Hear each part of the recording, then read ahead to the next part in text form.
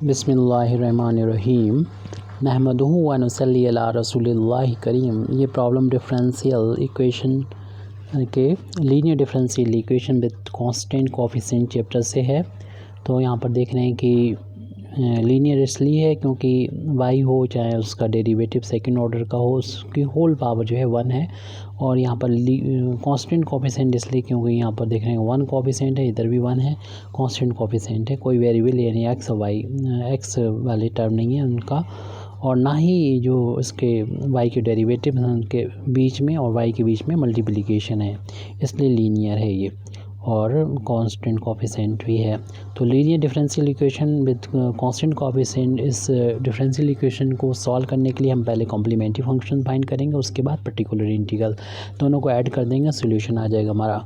Complementary function को सबसे पहले फाइंड करेंगे और उसके लिए इस गिवन डिफरेंशियल इक्वेशन को आप नोट कर लेंगे। हमारा इसको मान लीजिए लिखा हुआ है ये सॉल्यूशन में, और इसका हम कॉम्प्लीमेंट्री फंक्शन निकालने के लिए इसकी एक्सिलरी इक्वेशन फाइंड करना होती है। लेकिन उससे पहले हम इसको डी नोटेशन में लिख देंगे, क्योंकि डी नोटेशन थोड़ा हमारे लिए सिंपल पड़ता है।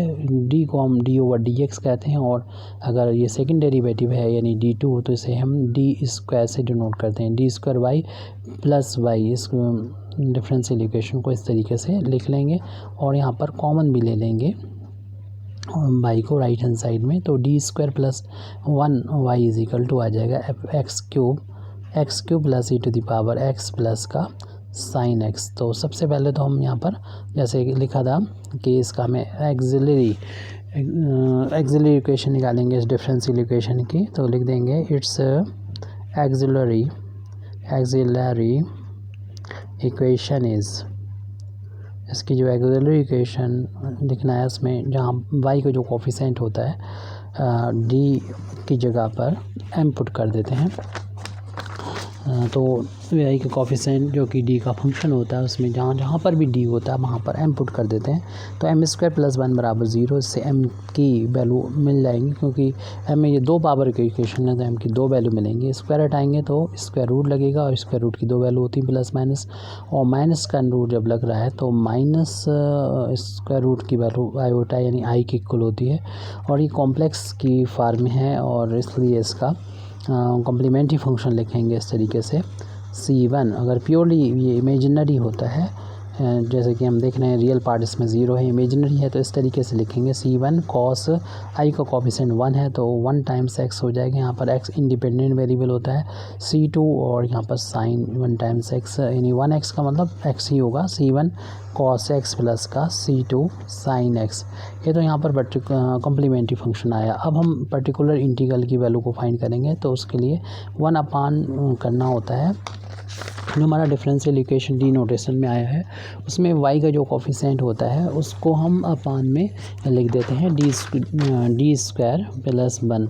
ये ऑपरेटर हो गया इतना, और ये जिस पर ऑपरेट होगा तो राइट हैंड साइड में जो फंक्शन होता है उस पर ये ऑपरेट होता है, और राइट हैंड साइड में ये फंक्शन हमारा है 3 टर्म का सम है, e की power X Q E to the power X plus sine X, और तीनों टर्म्स का नेचर अलग अलग है, तो इनको अलग अलग फंक्शन कंसीडर करते हुए इनका इस ऑपरेटर को तीनों फंक्शन पर ऑपरेट कर देंगे। तो ये वैल्यू हो जाएगी 1 upon D square plus 1 X cube plus 1 upon D square plus 1 E to the power X plus 1 upon D square plus 1 sine x.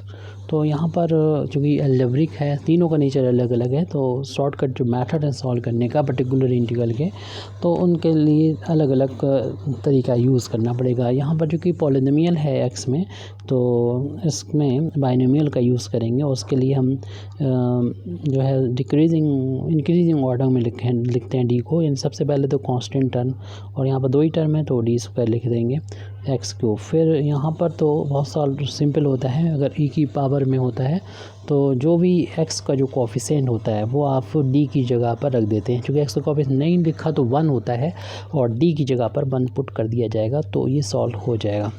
अब दूसरा जो साइन वाला टर्म्स होते हैं, साइन या कॉस होता है, तो उसमें जहाँ डी स्क्वायर होता है वहाँ पर आप उसके कोफिशिएंट को यानी एक्स कोफिशिएंट को माइनस साइन के साथ लिखेंगे यानी -1 का स्क्वायर। लेकिन ऐसा करने पर इसकी वैल्यू चूँकि 0 के बराबर हो जाती है तो इसमें ये वाला मेथड फार्मूला हम यूज़ नहीं करेंगे। इसके लिए फिर हमें दूसरे फार्मूले का यूज़ करना होगा। तो यहाँ पर जो फार्मूला यूज़ होगा वो हम यहाँ नीचे लिख दे रहे हैं, यानी 1/d² + a² की फॉर्म में हो और हमारा यहाँ पर लिखा हो साइन ax यानी एक्स का कोफिशिएंट a हो, तब इसकी वैल्यू होती है जिस तरीके से इंटीग्रेशन में माइनस आ जाता है, ऐसे यहाँ पर भी x/2a आएगा और cos ax हो जाएगी। जिस तरीके से साइन का इंटीग्रेशन cos होता है यानी चेंज हो जाता है। तो इस फार्मूले को हमें याद रखना पड़ेगा। इस फार्मूले का हम लोगों ने यूज़ करना है यहाँ पर। तो इस फार्म बदलने के लिए हम देखेंगे इसे लिखा जा सकता है 1/d² और से 1 एक ही जगह पर 1 का स्क्वायर लिख सकते हैं, यानी एक ही जगह पर 1 है, 1 को 1 का स्क्वायर लिख सकते हैं। साइन यहाँ पर कोफिशिएंट भी हमें नज़र आ रहा है, जो है वो x का वही है जो यहाँ पर है, दोनों इक्वल होते हैं तभी ये फार्मूला लगता है। x यहाँ पर 1 है कोफिशिएंट और वही यहाँ पर लिखा है, तो ये वाला फार्मूला अप्लाई हो जाएगा। और इसमें तो फार्मूला जो लगा है वो आपको मालूम है 1/fd(e⁴ax) होता है। तो आप क्या करते हैं कि जहाँ पर भी d मिलेगा वहाँ पर x कोफिशिएंट a पुट कर दिया हमने, बस ये सॉल्व हो चुका है। और ये हमने अभी यहाँ पर अप्लाई भी किया तो ये सॉल्व हो चुका है। ये इसमें आपको इस टर्म को इस फैक्टर को ऊपर न्यूमरेटर में ले जाएंगे। अभी पावर नहीं लिखी तो +1 है, जब न्यूमरेटर में ले जाएंगे तो इसकी पावर यानी 1 + d² की पावर -1 हो जाएगी x³ प्लस ये 1 का स्क्वायर करेंगे तो 1 के इक्वल ही आएगा और 1 + 1 है e⁴x और यहाँ पर इस फार्मूले का यूज़ करेंगे तो ये वैल्यू माइनस में आएगी। x/2a की वैल्यू चूँकि 1 के इक्वल है और cos ax यानी 1x हो जाएगा, यानी ओनली x ही लिखना काफ़ी है हमारे लिए। अब में हम बाइनोमियल थ्योरम अप्लाई करेंगे। आपको मालूम है बाइनोमियल थ्योरम क्या होती है, इसको हम नीचे यहाँ पर बता दे रहे हैं कि 1 + x⁴n ये होती है। इसमें n कोई भी इंटीजर होता है यानी नेगेटिव पावर भी हो सकती है, कोई फ्रैक्शनल वैल्यू भी हो सकती है, ज़रूरी नहीं ये पॉजिटिव इंटीजर हो। तो फार्मूला ये होता है 1 + nx + n(2)(x² + n(-1)(3)(x³). कम से कम इसमें हमें 3 टर्म तो लिखना है, मतलब 3 पावर तक तो लिखनी पड़ेंगी क्योंकि x की पावर यहाँ पर 3 है। लेकिन हाँ ये चूँकि स्क्वायर है यहाँ पर तो बस 2 ही d² तक ही कर पाएंगे, क्योंकि अगला जो स्क्वायर करेंगे d⁴ होगा और x की पावर 3 का जब हम 3 बार डिफ्रेंसिएशन करेंगे तो कांस्टेंट रहेगा, चौथी बार 0 हो जाएगा। तो बस हमें एक ही टर्म यहाँ पर 2 टर्म यानी यहाँ पर ये लिखना होंगे, तो इसलिए इसको 2 टर्म ही तक लिख लेंगे इसमें। यानी फार्मूला होता है n की जगह पर -1 है, x की जगह पर d² है, तो फार्मूला हो जाएगा 1 + nx, x मतलब ये d²। और अगला टर्म लिखना चाहे तो लिख दें n(-1)(2) इस फार्मूले के अकॉर्डिंग d² मतलब x² मतलब d² का स्क्वायर।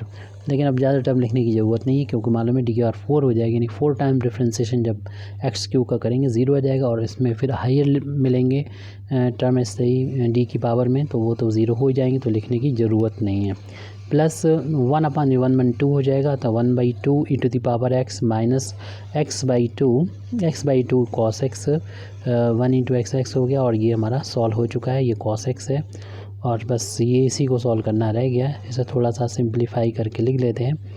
1 + माइनस के इंटू माइनस का हो जाएगा d² और ये भी हो गया, देखिए माइनस का 1 है और -1 का 2/2 की वैल्यू 1 × 2 होती है और ये d की पावर 4 हो जाएगा। हालांकि ये टर्म वो 0 आ जाएगा इसकी वैल्यू, तो फिर हम इसको लिख देते हैं x³ + 1/2 e⁴x -x/2 cos x। अब इस x³ को हम अंदर ले जाएंगे, इन पर अप्लाई कर देंगे, तो x ये ऑपरेटर x³ ऑपरेट होगा तो 1 पर 1 ऑपरेट होगा x³ तो x³ मिलेगा, -d² ऑपरेट होगा x³ पर और फिर ये देखिए माइनस का इंटू हो गया प्लस का और 2/2 हो जाएगा। तो +2/2 और यहाँ पर d की पावर 4 ये भी x³ है यहाँ पर। फिर इसी तरीके से और टर्म भी होंगे, लेकिन वो सारे टर्म 0 0 हो जाएंगे, इसलिए इसको 0 0 लिख दें या छोड़ दें इसको।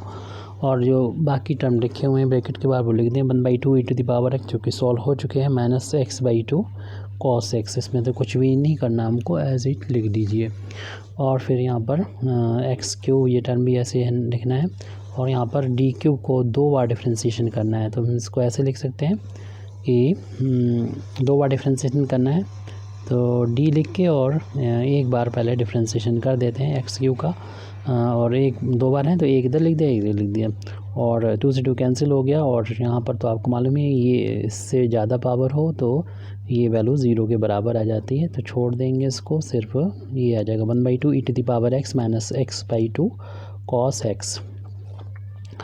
x³ माइनस जो हमने एक बार डिफ्रेंशिएशन किया यहाँ पर, तो पावर आगे आ गई, और जितनी भी पावर थी इससे कम करेंगे, 3 में से कम करेंगे तो 2 आ जाएगा। और d का मतलब होता है d/dx, यानी दोबारा से 3x का डिफ्रेंशिएशन करना है। अब इसको लिख देते हैं 1/2 e⁻x। अब इसको डायरेक्ट भी लिख सकते हैं, तो x³ माइनस पावर ये 3 कांस्टेंट बाहर आ जाएगा, x² का डिफ्रेंशिएशन 2x हो जाएगा, क्योंकि 2 पावर आगे जाएगी और 2 में से 1 माइनस होगा तो 1 आ जाएगा, 1 लिखा नहीं करते हैं। Plus 1/2 e⁻x - x/2 cos x, ये इनका इंटू हो जाएगा, तो देयरफॉर ये वैल्यू हो जाएगी x³ minus 6x plus 1/2 e⁻x - x/2 cos x। इस तरीके से हमारी ये प्रॉब्लम कंप्लीट हो जाती है पर्टिकुलर इंटीग्रल निकालने की वजह से। तो हम लिख सकते हैं the general solution of given differential equation is y = complementary function plus particular integral.